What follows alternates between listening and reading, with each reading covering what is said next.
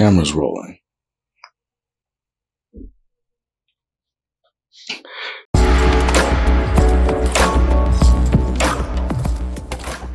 Welcome back to Comics Are Dope. I'm BJ Kicks, and this is The Pull List. It's my weekly video series where I take a look at the books coming out. This time we're looking at Wednesday, March 20th, 2024. A very special day over here in the dope universe, I guess is what we're going to call it right now. But anyway, a lot of new comics coming out this week. A lot that I'm excited for. Some that I'm like, meh. But I love to start these conversations off with the book that I am most excited about. Before I do, quick reminder, 10,000 subscriber giveaway live stream is happening this Thursday, 8 p.m. Eastern. This is Thursday, the 21st, day after New Comic Book Day. We're going to do some Q&As. We'll talk about comics. We'll talk about whatever you guys want to talk about in the live chat. We're going to be giving away some prizes. And if you missed it, I posted an announcement video last week giving you all the details about this celebration. In it, I told you how you can win a prize pack from Dynamite Entertainment. So check that out. But now let's go ahead and talk about the book that I'm most excited for this week. And perhaps the better term is I'm most intrigued by this comic this week. We're talking about Black Panther, issue number 10. A Black Panther by Ewing. It's got art by Chris Allen, I believe Matt Chater. They've been splitting art duties on the last few issues, but this is going to be the final issue of Ewing's volume of Black Panther. When this run started, I just assumed it was an ongoing and it would be going for at least a couple of years. I don't know. 18 issues maybe would have been cool.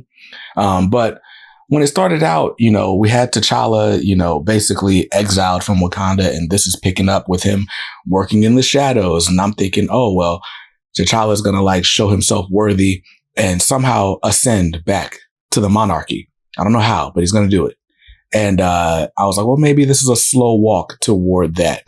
And it's not that. It's not that at all. But what has been interesting about this run is it's been showing us T'Challa learning about himself via learning about Wakanda from a couple of aspects. One, he's learning about the city of Burning T'Chaka. Obviously, the city named after his father, which is basically like Southside Wakanda, it's basically the inner city. And so he's learning the difference between how people live in the Golden City where he's from and how people live in the slums or the more underserved areas of Wakanda. And as he's learning, navigating these relationships between crime families and things like that, he's also coming face to face with a supernatural element of Wakanda in the personhood of Kivuma. Kivuma, this spirit known as the Grey Wolf. That's what Kivuma apparently translates to. But anyway, all that to say, this should be the final confrontation between T'Challa and Kivuma. And as far as I remember, he doesn't even know who Kivuma is right now. He's not even aware that Kivuma is a thing. So it should be a nice action-packed issue. I don't know. I'm having a hard time looking at this in any way. I don't feel like this is going to lead to anything except disappointment and missed opportunities and missed potential and just all the storylines that have opened during these last 9 issues. But I am curious to see how it all ends, where we're going to leave for the next writer to pick up. And I'm also curious to see how long it's going to take for a new writer to come in on Black Panther, because gotta say, Brian Edward Hill is killing it on Ultimate Black Panther, which, different universe, different T'Challa, but I've been enjoying that. And so I don't know, maybe Marvel feels like the publishing line can't take or sustain 2 Black Panther titles. And I guess if I had to pick one, I'm picking Ultimate Black Panther to run with, but still curious to see where the main title is going to be left off. Cover price on that is $3.99. I said a lot, but I'm grabbing cover A. Next up on the Marvel Comics pull list, since we're here, let's talk about Fantastic Four, issue number 18. Fantastic Four, written by Ryan North. There's been a few different artists on this series. Iban Coelho, that's the only artist I can name right now. I've been enjoying it. It's been mostly done in one stories, which can't lie, that's refreshing in today's comics to see stories that don't take years and years to develop. Speaking of years to develop, the kids, Franklin Valeria Richards, and then Thing and Alicia Grimm's kids, they all got transported to outer space for a while back and came back a year later in the story. So in the last few issues, we've had the kids as front and center, going on little adventures, doing science projects, all sorts of stuff. In this issue, we're getting a Franklin Richards focused issue. Now, I like the fact that Franklin Richards is a Omega level mutant. I understand that Dan Slott undid that in his run. Hopefully, maybe we redo that here. Probably not, but it's a Franklin Richards issue, and I like Franklin Richards. Cover price on this one is $3.99. I'm grabbing cover A. And the last book on the Marvel Comics pull list is Resurrection of Magneto, issue number 3. Resurrection of Magneto, obviously the series that's resurrecting Magneto. And when the whole like final point of the series is in the title, does it feel like you need to read it? Probably not. We know Magneto's going to play a part in the fall of X, and this is how we get him there. But it does star Storm, and I'm always buying a Storm book. Cover price on that, $4.99. I'm grabbing cover A. And that's it for the Marvel Comics on the pull list. As long as I stick to the list this week, my Marvel books will cost me $13. Now, let's take a look at how things are going over at the distinguished competition at DC Comics. I got 4 books on the pull list, and we'll start with Green Lantern War Journal, issue number 7. Green Lantern War Journal, written by Philip Kennedy Johnson with art by Montos. Really love the last story arc with John versus the Revenant Queen and that one like Green Lantern, that rogue dude that I can't remember the name of. Is it Varan? I don't know.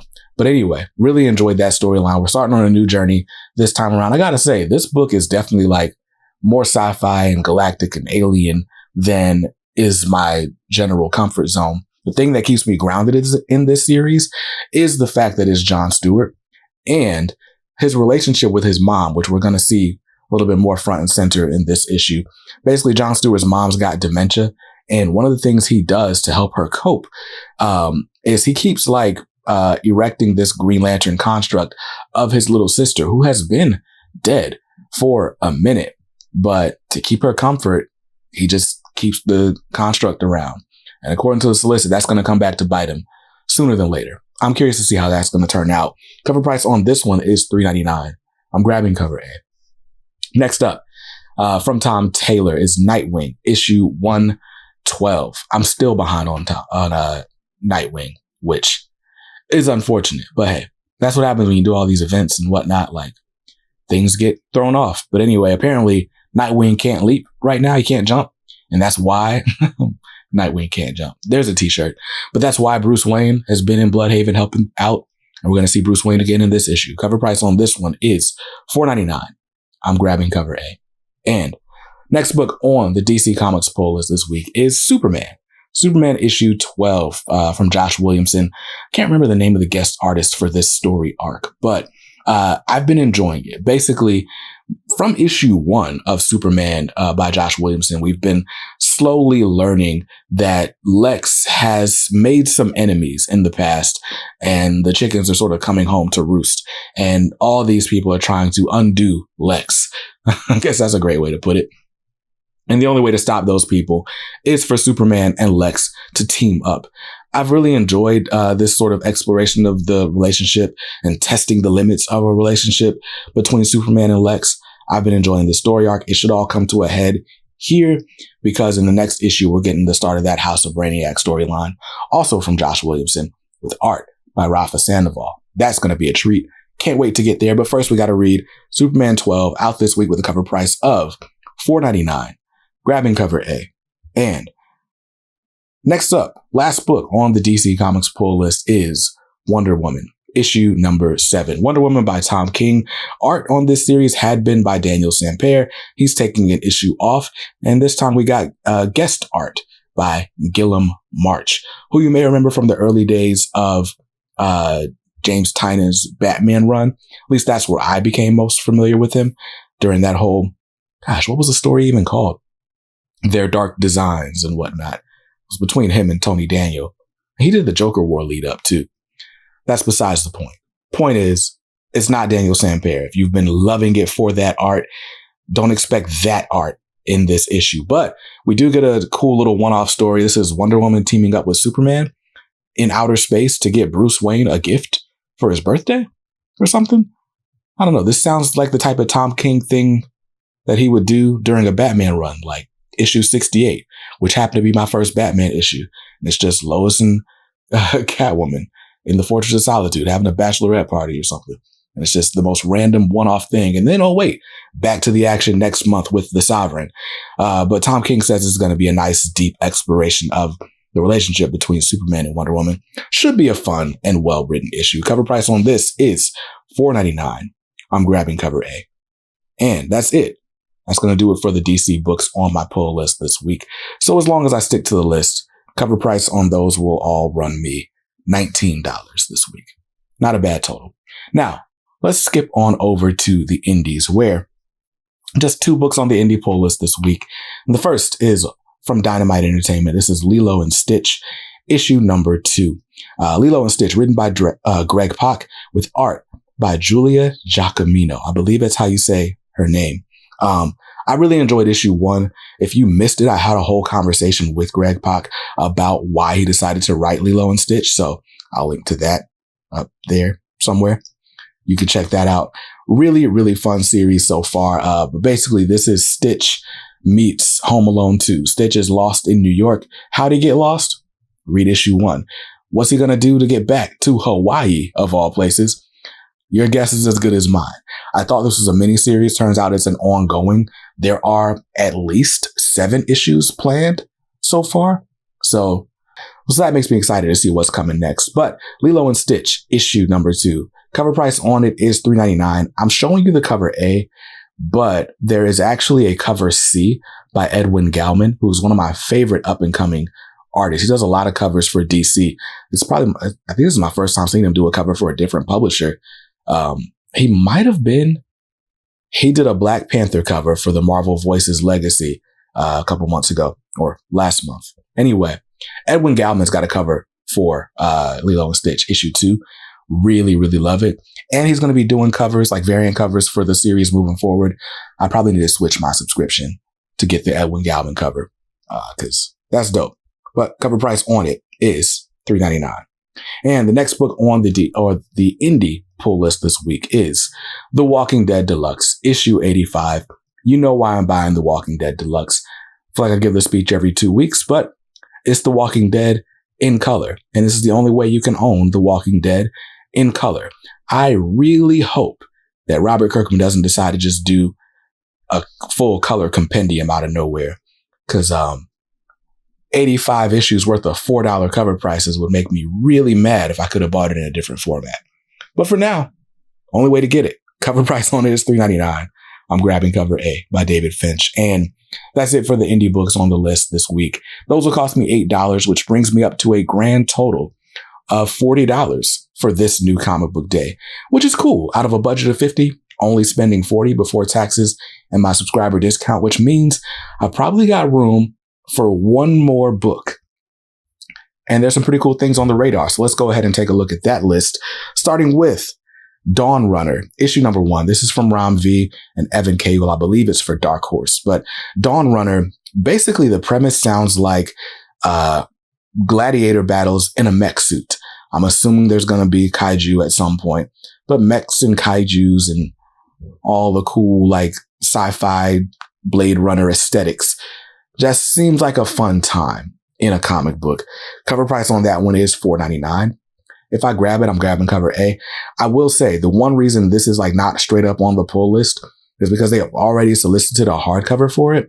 And that might be the best way for me to collect it. Whereas on the other hand, I'm reading The One Hand and The Six Fingers by Ram V and Dan Waters, respectively. And while I know those series are going to be collected together, they haven't solicited a hardcover for those just yet. So I'm enjoying reading them issue by issue. Dawnrunner might be a nice type of book like the Many Deaths of Layla Starr that I read all in one and enjoy it better. But if you like single issue comics, then check it out this week. Next up, from Keen Spot Entertainment, a book by Kevin Cuff and Bob France. This is Dust Pirates, issue number 1. Now, Dust Pirates is a book that I've talked to you guys about a couple of times. And the reason I talked to you guys about this book is because they were running a Kickstarter to get Dust Pirates off the ground. And Dust Pirates is a fully done story. It's a completed story. I want to say it would be 4 issues when it's all said and done.